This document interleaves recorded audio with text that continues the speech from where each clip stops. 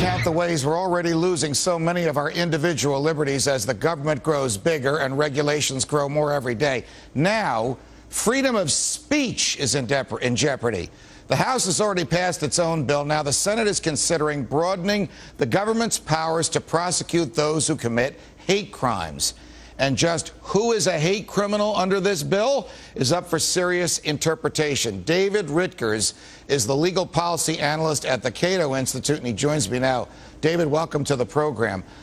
Tell us about the portions of this legislation which might make it a crime for someone like me or you to use aggressive speech as we're communicating over the airwaves like we're doing now.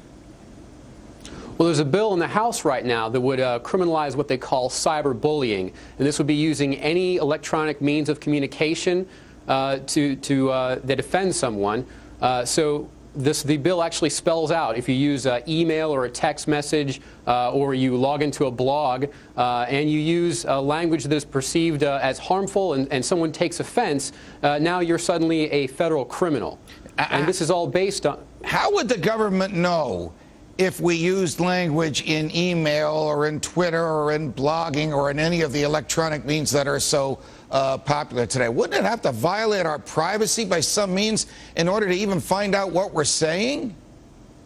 Well, sure they would, and there would be an inquisition to determine, how hateful a person are you, and suddenly your thoughts become criminal. This is thought crime legislation. All right, here's the portion of the legislation that is so offensive and which I would argue, David, directly violates freedom of speech. Whoever transmits in interstate or foreign commerce, so that basically means radio, television, internet, any communication with the intent to coerce, intimidate, harass, or cause substantial emotional distress to a person using electronic means to support severe, repeated hostile behavior shall be fined under this title or imprisoned. So, in other words, if this becomes the law, notwithstanding the First Amendment, which says Congress shall make no law abridging the freedom of speech, Congress, in fact, will be abridging speech that it hates or it fears by allowing prosecutors to decide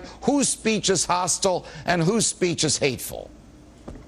That's absolutely true, and this speech could be political. It could be just a bad disagreement, a bad breakup with your boyfriend or girlfriend. And in fact, this is named after Megan Meyer, the girl who killed herself after a mother of another girl in her school created a fake MySpace profile.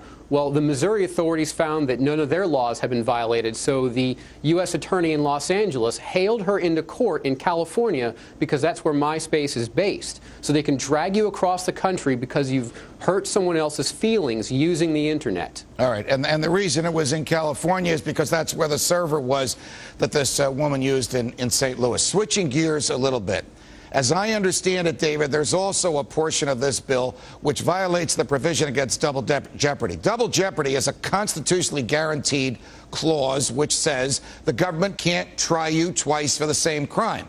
It's in the Constitution because the British king used to try colonists over and over again until he got a conviction.